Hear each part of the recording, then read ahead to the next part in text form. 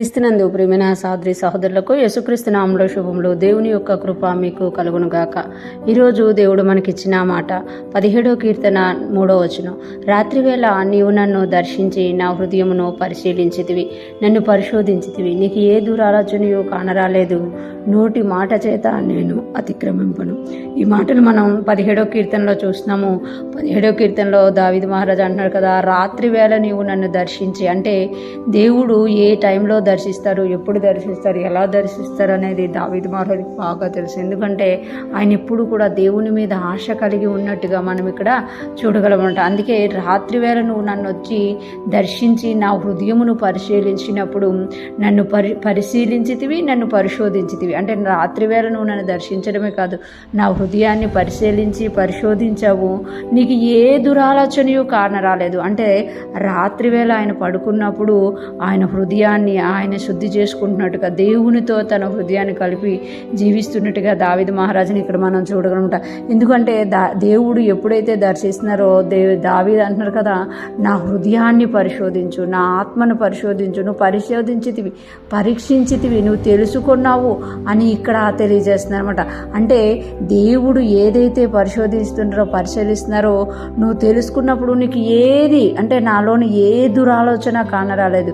దావీదు మహారాజు తన యొక్క యథార్థతని దేవుని ఎదుట చెప్పుకుంటున్నారు. నా దగ్గర నువ్వు చూసినప్పుడు, రాత్రి వేళ నువ్వు వచ్చి చూసినప్పుడు నా దగ్గర నీకు ఏ దురాలోచన కాలేదు. ఇతరుల విషయంలో నేను ఏ దురాలోచన చేయలేదు, నీ విషయంలో నేను ఏ దురాలోచన చేయలేదు. అంతేకాదు, నోటి మాట చేత నేను అతిక్రమింపను. నోటి మాటను కూడా దావీదు మహారాజు ఎంతో కంట్రోల్గా పెట్టుకున్నారట. నోటి మాట చేత కూడా నేను అతిక్రమింపను అని ఇక్కడ తెలియజేస్తున్నామట. అంటే దావీదు మహారాజు గారు దేవుని సన్నిధిలో ఉన్నప్పుడే కాదు, ఆయన పడుకున్నప్పుడు, ఆయన పని చేస్తున్నప్పుడు, ఆయన లేచినప్పుడు, ఏ టైంలో దేవుడు దర్శించి తనని పరిశోధించిన తనలోనంట ఏ దురాలోచన కానరావట్లేదంట.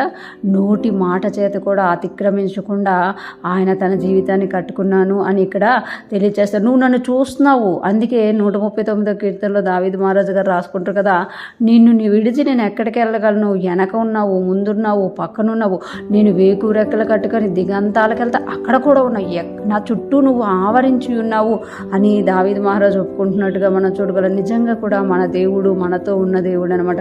ఎందుకంటే మన మీదే ఆయన ఆశ పెట్టుకుని ఉన్నాడు. ఆయన ప్రాణము ఇచ్చి మనల్ని కొనుక్కున్నాడు కాబట్టి ఆయన మనస్సు మన మీదే ఉంది. మన దగ్గరికి ఆయన అనుక్షణం వస్తూ ఉంటారు అన్నమాట. అనుక్షణం మన దగ్గరికి వచ్చి చూస్తుంటారు. అందుకే మనం కూడా దావీదు మహారాజు లాగా ఎప్పుడు ఆయన వచ్చి మన దగ్గర చూసినా మన దగ్గర ఏ దురాలోచన కానరాకుండా, నోటి మాటతో కూడా మనం అతిక్రమించకుండా ఉండి దేవునికి మహిమకరంగా జీవించినప్పుడు దేవుడు మన యందు సంతోషిస్తాడు. ఈరోజు ఫ్రెష్ మనం వింటున్న ప్రతి ఒక్కరూ జ్ఞాపకం చేసుకోవాలి, దేవుడు మన యందు సంతోషించాలని. మనము దేవుని యందు ఆనందించినప్పుడు ఈ లోకంలోనే మనం పరలోకాన్ని అనుభవించగలుగుతాం. అటువంటి గొప్ప కృప మనందరికీ కలుగునుగాక. మనము కూడా దేవుణ్ణి ఆనందపరిచే వారంగా, ఆయన మన యందు ఆనందించేటట్టు మనం జీవించే వారంగా ఉందుముగాక. దేవుని కృప మనకు తోడై ఉండి నడిపించునుగాక. ఆమేన్.